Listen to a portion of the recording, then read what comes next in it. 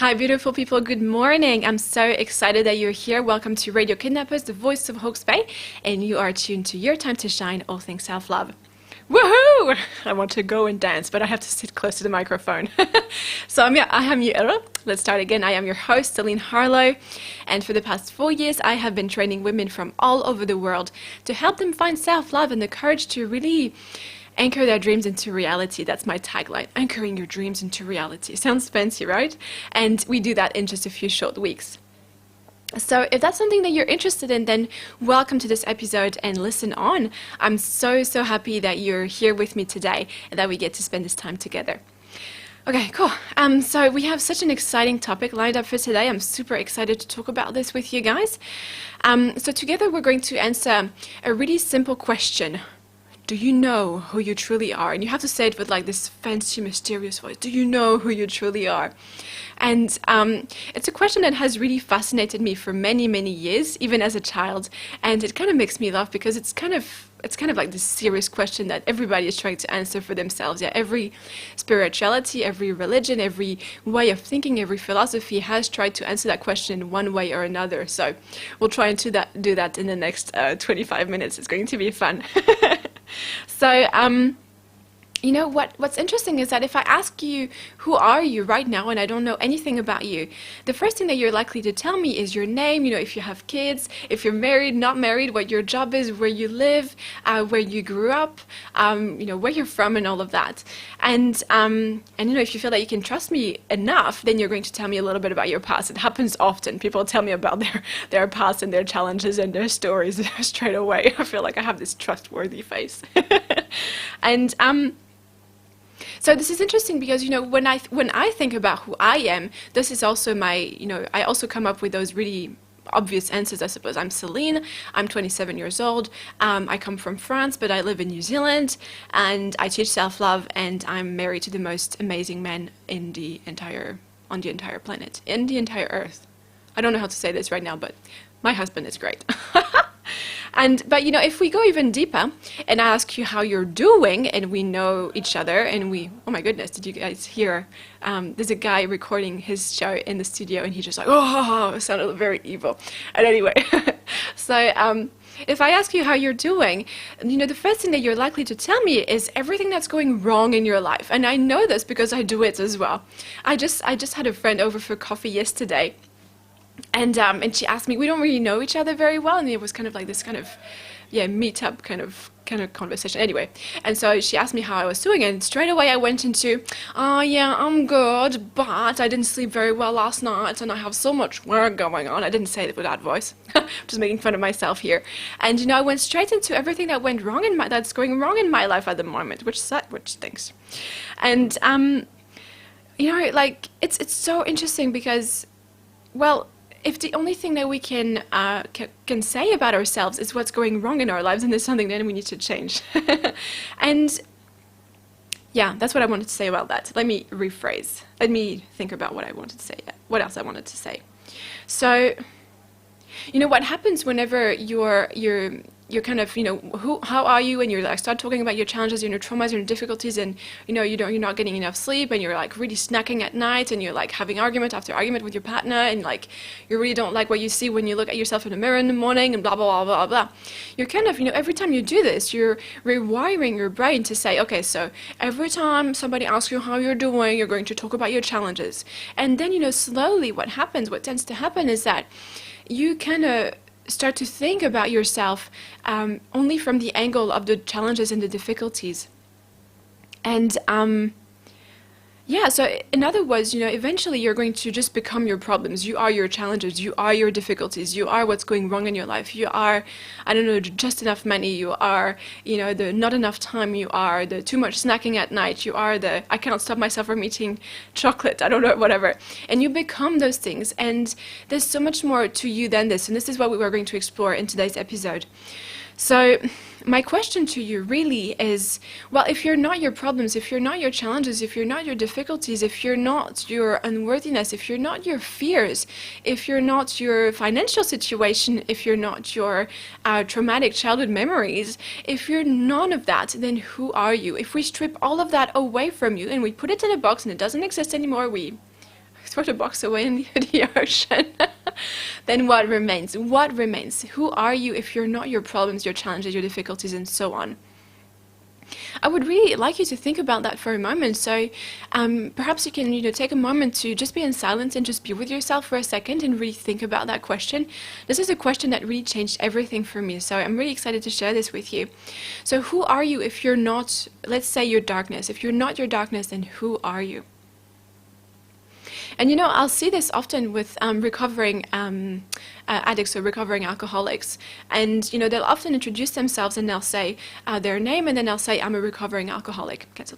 And now I don't know about you. I don't know who you are. I don't know why you're listening to me right now.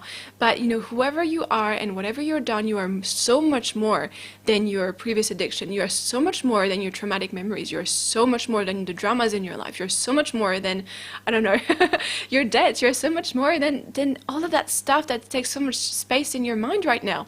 You are so much more than that.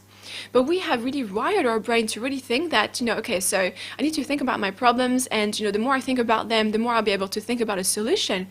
And what happens is that we become really obsessed with our problems, with our difficulties, and, like think about like a time like when you have your shower in the morning or in the evening.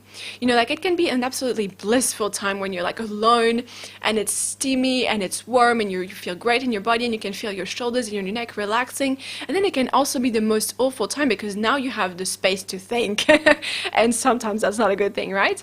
And I've experienced this again and again when I actually, sometimes, having a shower is amazing and then, and I feel great and relaxed afterwards, and then sometimes I'm just like, oh, afterwards I just feel drained of energy because I've spent all of my time thinking about my problems and kind of obsessing over them and trying to come up with solutions. And, I've done this millions and millions and millions and millions of times, sometimes consciously and sometimes unconsciously. And, the more I think about that, it doesn't mean that I'm going to come up with solutions. It just means that I'm going to obsess over those things. And I'm going to feel tense. I'm going to feel stressed. I'm going to feel anxious. I'm going to feel fearful and angry and so on. So I just wanted to say that, I don't know much about recovery, and I understand that it's probably part of the culture, part of the philosophy, part of the healing process, and I want to respect that. But I also want you to know that you're so much more than your limiting beliefs. You're so much more than your fears. You're so much more than your story. There's so much more to you than just that. I want to say that to you, and I want you to just explore that if it's true for you. I guess what tends to happen, is that for example, I'll give you an example. So I was at a women's circle the other day. And so we were having this space where we could talk about what was going on in our lives. And I remember a woman started to share about, how she had been abused as a child. And it was a horrific story. And we all thought, oh, she's really brave for sharing that story. And, kudos to her for, being vulnerable and authentic in the space.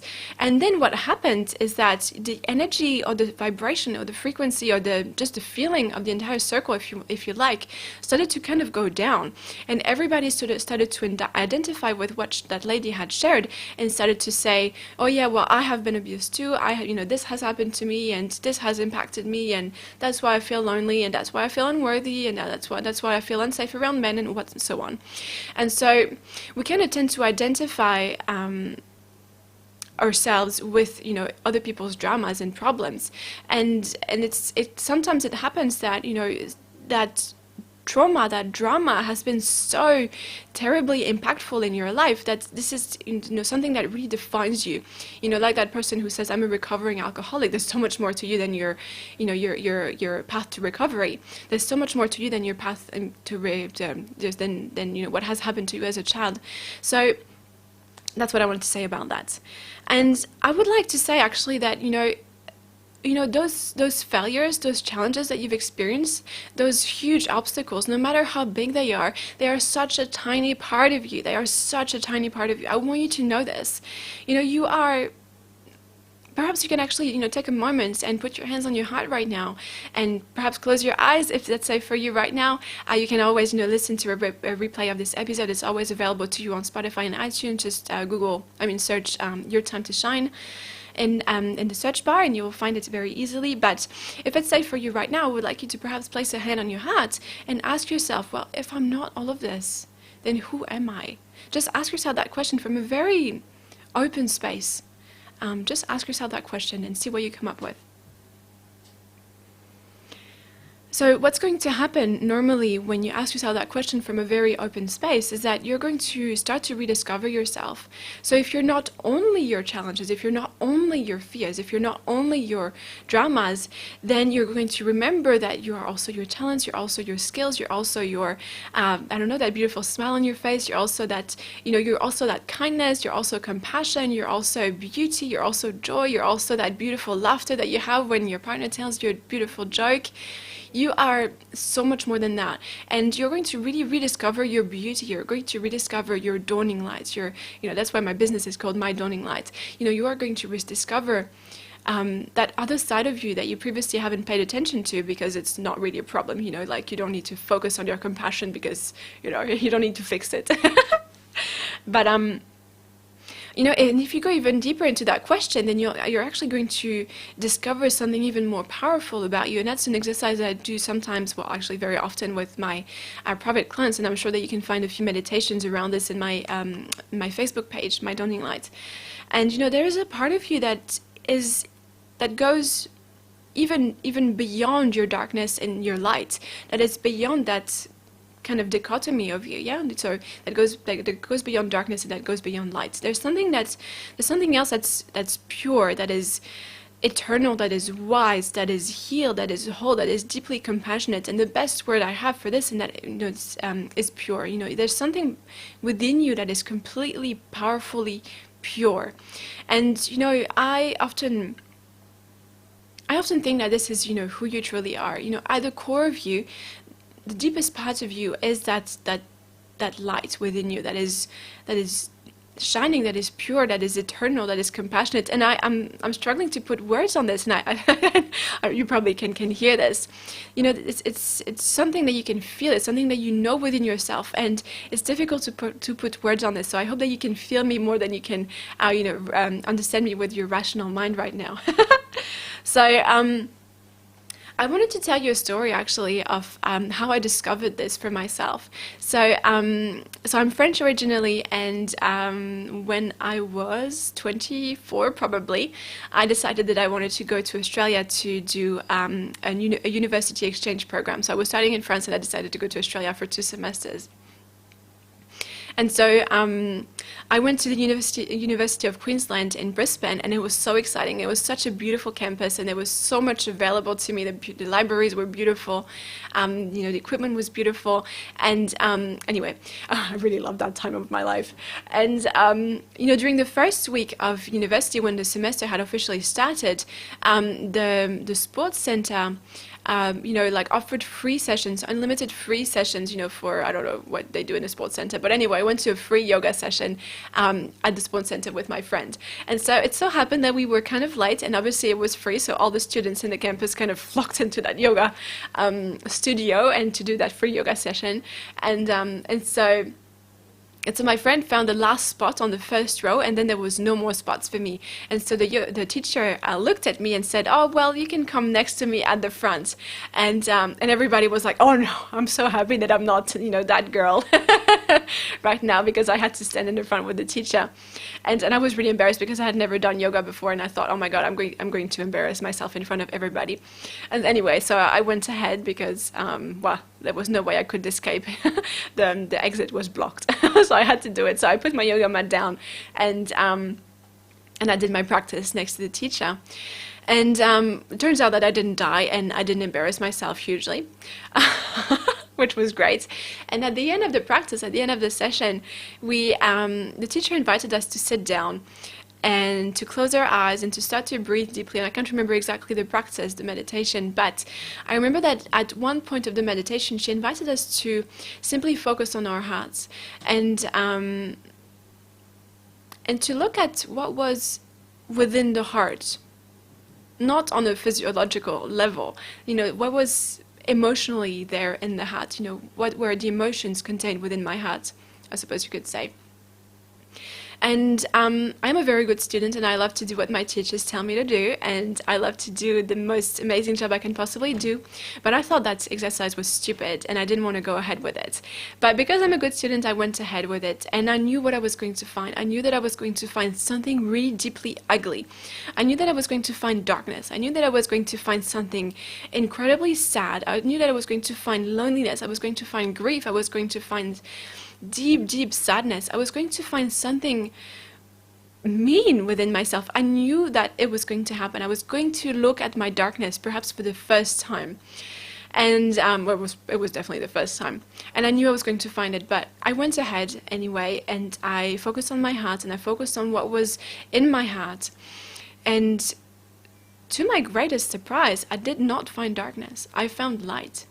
And that was, I found something that was purely me. I found a deeper layer of my identity, something that is that goes much more beyond, if I can say it like that, much more beyond what you can see right now.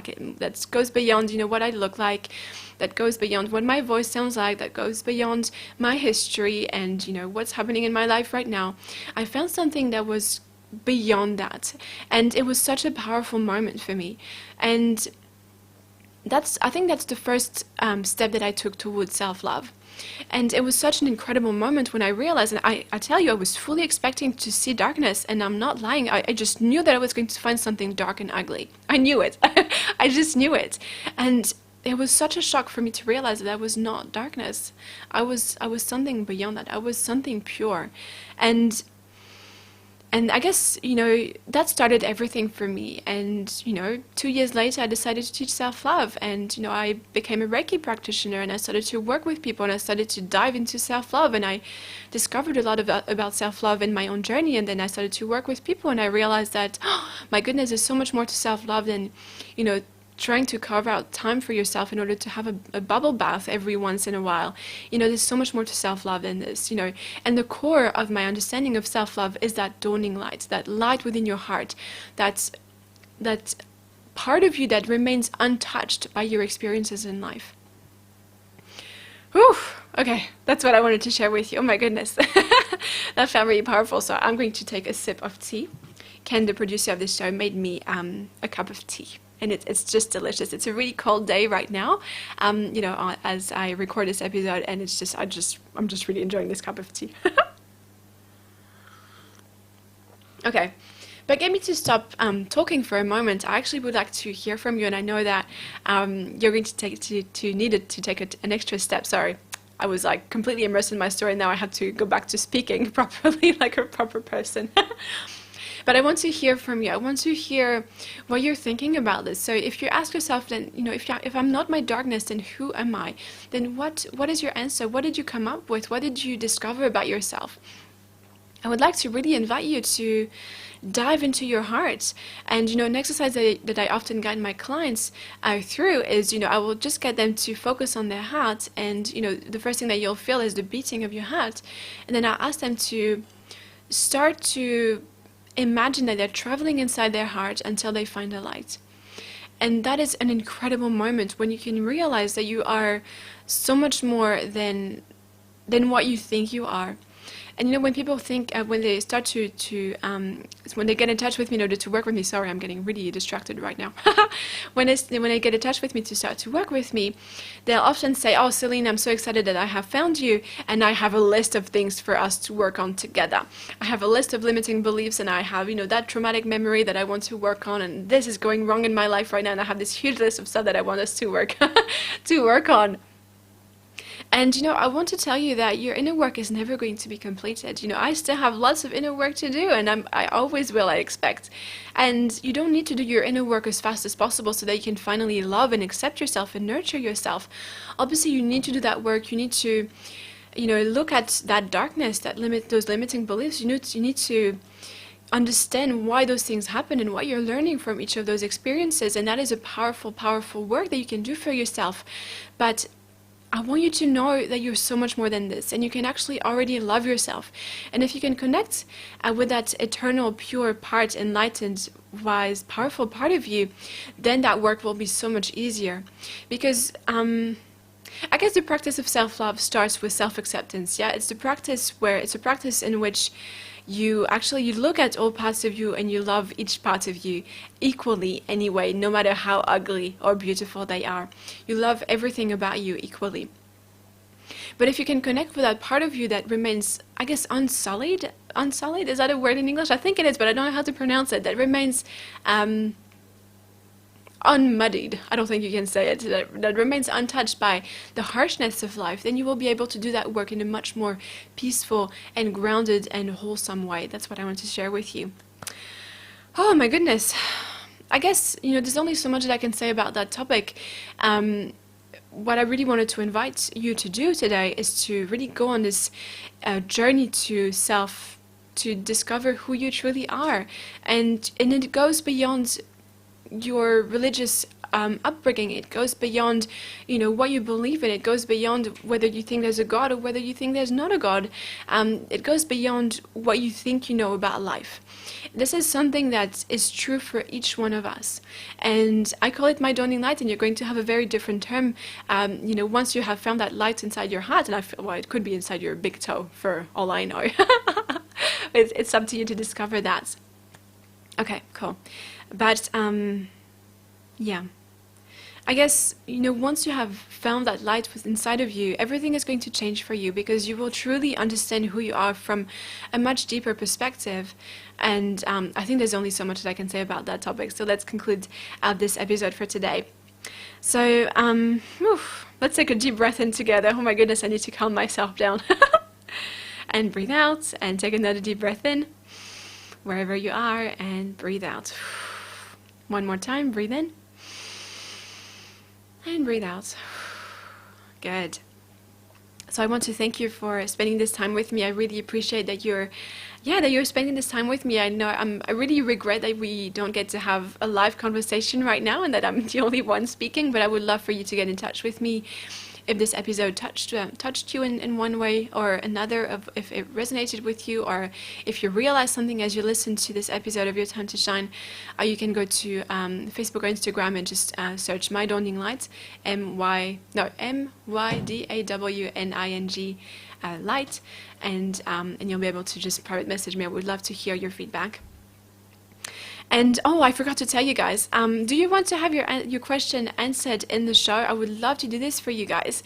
So if you would like to, if you have a question for me, if you want me to talk about something, I would love to do this for you guys. This is, a really great opportunity for me to talk about whatever I want to talk about and whatever you guys want me to talk about for half an hour. So it's pretty cool. So if you have a question for me, a burning question that you want me to answer, then feel free to message me again on Facebook and Instagram, My Dawning Light, and I would really love to do this for you.